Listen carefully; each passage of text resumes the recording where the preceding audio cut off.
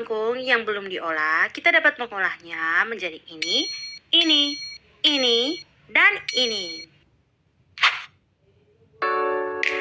Kangkung merupakan salah satu sayuran populer loh di Asia, di mana dia tumbuh di daerah berair atau tanah lembab. Tumbuhan ini memiliki dua jenis utama, yaitu kangkung air dan juga kangkung darat. Kangkung dikenal dengan kaya nutrisi seperti vitamin A, C, zat besi, dan serat. Kangkung juga memiliki manfaat kesehatan loh bagi tubuh kita, di mana dia menjaga kesehatan mata dan meningkatkan sistem kekebalan tubuh. Sayuran ini sering diolah dalam berbagai makanan, seperti tumisan sayur dan juga sup.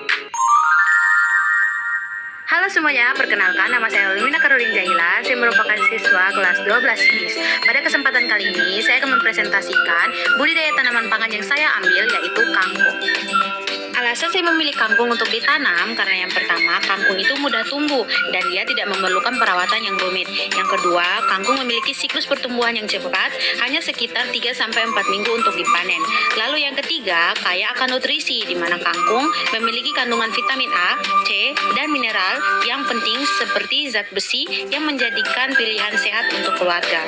Yang keempat, kangkung dapat ditanam di berbagai media dan salah satunya yaitu di bedeng yang saya ambil. Lalu yang terakhir, hasil yang memuaskan, di mana dengan semua kelebihan ini tidak heran jika banyak orang memilih kangkung sebagai tanaman pangan untuk dibudidayakan di rumah.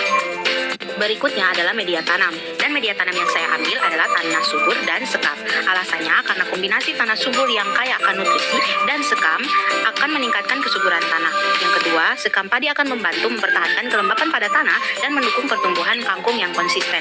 Yang ketiga, sekam padi memiliki sifat anti jamur yang akan membantu mengurangi risiko penyakit pada tanaman. Yang keempat, media tanaman atau media tanam ini menjadi lebih ringan dan mudah untuk dikelola, memudahkan pemindahan dan perawatan pada tanaman. Yang kelima, sekam padi akan mengurangi kekakuan tanah dan memungkinkan akar tumbuh lebih bebas dan menyerap air serta nutrisi dengan lebih baik. Yang terakhir, sekam padi lebih terjangkau dan mudah untuk didapat dan menjadikannya pilihan ekonomis yang efektif untuk menanam kangkung di rumah. Adapun alat dan bahan yang dibutuhkan dalam menanam tanaman kangkung, yaitu media tanam atau tanah, benih, sekam, cangkul, pencakar tanah, dan selang. Pada hari Rabu tanggal 13 November, saya membuat bedeng untuk menanam kangkung. Dan pertama-tama saya menggemburkan tanah dengan cangkul dan mencampurkan sekam pada tanah tersebut. Setelah itu saya membiarkan tanah tersebut selama 3 hari agar menjadi subur. Lalu setelah 3 harinya, pada tanggal 16 November, saya mulai menanam bibit kangkung pada sore hari. Dilanjutkan pada tanggal 17 November tahun 2024, saya menyiram tanaman pada sore hari. 19 Novembernya menyiram tanaman pun di sore hari juga.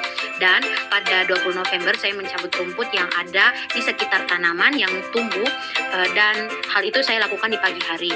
Lalu berlanjut pada tanggal 21 November saya menyiram tanaman tersebut di sore hari. Dilanjutkan pada tanggal 22 November saya menyiram tanaman tersebut pada sore hari juga. Dan 23 November saya menyiram pada pagi hari. Dan dilanjutkan pada tanggal 25 November saya mencabut rumput di sore hari. Lalu dilanjut tanggal 26 November saya menyiram di pagi hari dan sore hari. Lalu tanggal 27 November saya menyiramnya di sore hari. Lalu lanjut 28 November saya menyiramnya di sore hari. Selanjutnya saya melanjutkan penyiraman tanaman dan membersihkan bedeng di tanggal 29 November di sore hari, dan 30 Novembernya saya menyiram tanaman tersebut di pagi hari. Lalu pada tanggal 1 Desember saya menyiram tanaman tersebut di pagi hari, dan 2 Desembernya saya menyiram dan membersihkan bedeng di sore hari. Lalu hal ini berlanjut sampai tanggal 3 dan 4 Desember di mana saya menyiram tanaman kangkung ini pada sore hari.